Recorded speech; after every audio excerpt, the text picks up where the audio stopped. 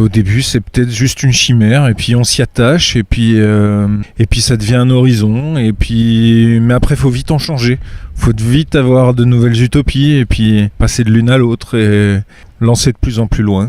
Enfin, je crois. Je suis ballotté par plein de choses. À la fois, je crois qu'on peut tous avoir une utopie dans notre vie quotidienne. Voilà, jeter l'hameçon un peu chacun à notre niveau, et puis voilà, avancer. Donc des exemples, je dirais qu'il y en a un peu tous les jours. Et puis autrement, pour le temps où l'utopie était vraiment ce qu'elle doit être, en l'honneur de mon adolescence, je dirais le ZLN au Chiapas, ou voilà, des mouvements comme ça, qui à la fois étaient là aussi des grandes utopies et puis des choses concrètes. Bah non, je la partage. Je résiste pas à l'envie d'aller embêter les gens avec ce que je pense. J'ai pas très peur du conflit en plus, donc pas de souci à la partager. Puis j'aime qu'on me partage la sienne aussi.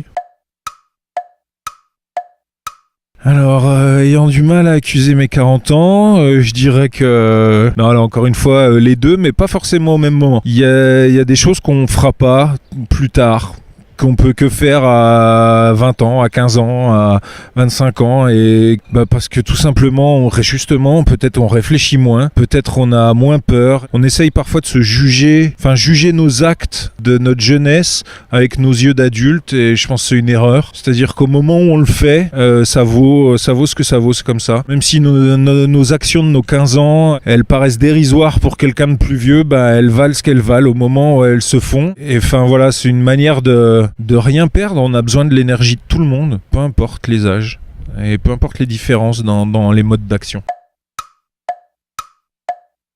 Alors moi, je suis bien trop égocentrique pour avoir des références ailleurs.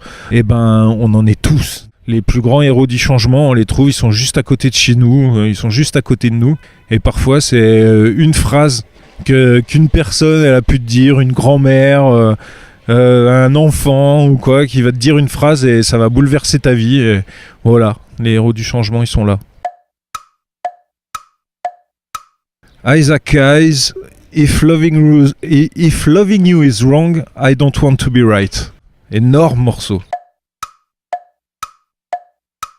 Alors je fais plein de trucs. Disons que j'ai la prétention de croire que ça change le monde, tout ce que je fais.